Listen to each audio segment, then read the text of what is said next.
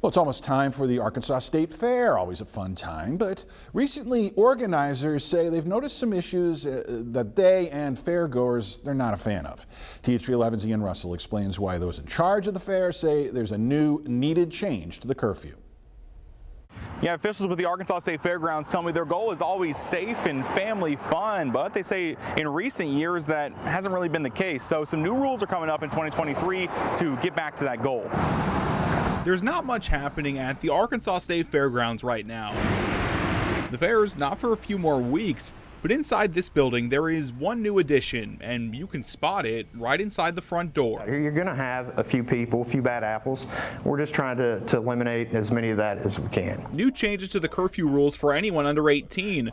Will Hornberg with the fairgrounds says they've noticed some issues recently with more people heading to Little Rock. Last year we had a really big year. We were over 500,000. Unfortunately, with more crowds comes more problems. Specifically, he says they've noticed teens dropped off at the fairgrounds, left wandering around. A lot of issues with groups of kids at night, usually on weekend nights. And it's not just us, it's the fair industry, it's across the country. This process of changing the curfew actually started during last year's fair. They looked at what other fairgrounds had done, specifically states like South Carolina and Indiana.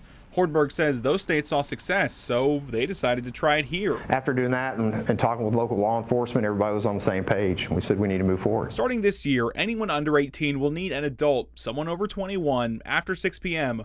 Hornberg says they will check IDs to make sure everyone is of age and with who they need to be with. Now, anybody that may be in the fair already that's unaccompanied, we have the right to check an ID. If they're causing trouble, we'll escort them out. It's not a change they take lightly. Hornberg says they understand this may change business for them, but at the end of the day, if they're going to keep that goal of being family friendly, something had to change. If we want to keep people coming back year after year, you know, we've been here over 80 years, and you've got to adapt and evolve, and that's what we're going to do. In Little Rock, Ian Russell, THV 11 News.